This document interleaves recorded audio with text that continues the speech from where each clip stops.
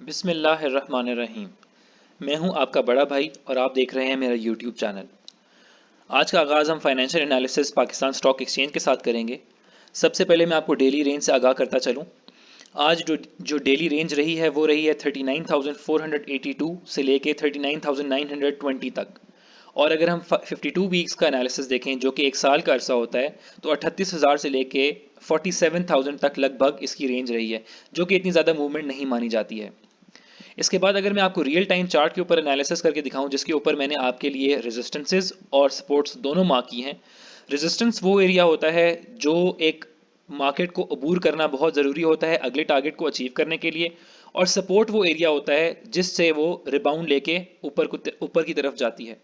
तो यहाँ पे मैंने आपके लिए ये जो लाइन है ये आपके लिए मैंने सपोर्ट मार्क की है, जिसके ऊपर हमेशा से मार्केट रिबाउंड होकर ऊपर की तरफ गई है।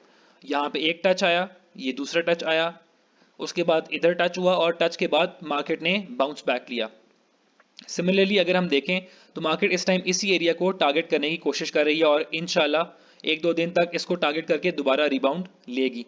अगली रेजिस्टेंस जो कि मार्केट की है वो है अराउंड 40,300, और अगर ये एरिया वो 40,300 का वो एरिया अबूर कर लेती है मार्केट, तो उसके बाद अगला टारगेट उसके लिए 41,000 के अराउंड होगा। अगर हम मंथली रेंज को देखें तो पिछले महीने में सबसे ज़्यादा हाईएस्ट जो पॉइंट्स की एवरेज रही है वो हमारे पास 41,874 के लगभग रही है, और जो लो रहा है वो आज का दिन ही रहा है जिसमें आप देखें तो 39,687 की रेंज रही है। तो पिछले पूरे महीने में इतनी ज़्यादा मूवमेंट जो कि रेंज बाउंड मूवमेंट रही है मार्केट में वो इतनी ज़्यादा नहीं रही है, फ्लक्चुएशन इतनी ज़्यादा सामने नहीं आई है। आज की जो टॉप एक्टिव स्टॉक्स की तरफ अगर हम बात करें तो एक्टिव स्टॉक्स जो है वो वॉल्यूम के लिहाज से पाए जाते हैं। सबसे पहले जो सबसे ज़्यादा वॉल्यूम ट्रेड हुआ वो हुआ टेलीकार्ड का, उसके बाद पाकिस्तान पेट्रोलियम का और हेस्कॉल का। जिन स्टॉक्स ने सबसे ज़्यादा आज गेन किया वो Haseeb Waqas sugar mill, Samba bank और सुपरनेट लिमिटेड रहे, और जिन्होंने सबसे ज़्यादा लूज़ किया वो यूनिकैप मोदराबा, क्रिसन स्टार इंश्योरेंस लिमिटेड और jubilee spinning and weaving mills रहे।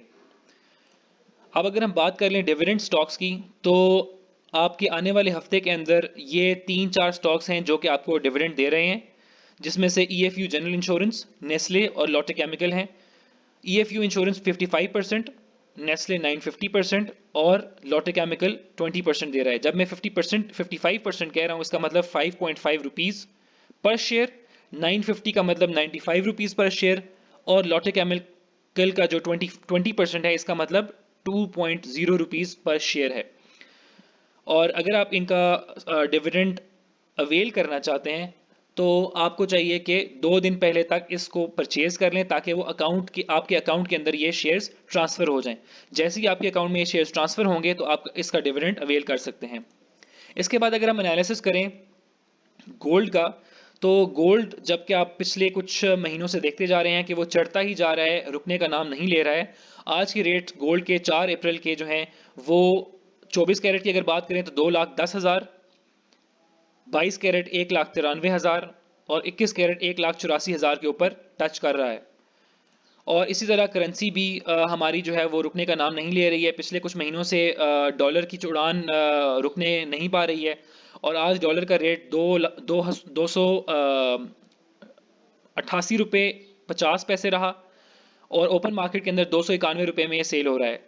इसी तरह यूरो 311 रुपये 50 पैसे रहा, और 315 रुपये में ये ओपन मार्केट में सेल हो रहा है। इंटरबैंक में पाउंड का रेट 355 रुपये रहा, और ये ओपन मार्केट में 359 रुपये पे सेल हो रहा है। ये थी आज की फाइनेंशियल एनालिसिस। इंशाल्लाह मिलेंगे अगली वीडियो में मोर फाइनेंशियल एनालिसिस के साथ।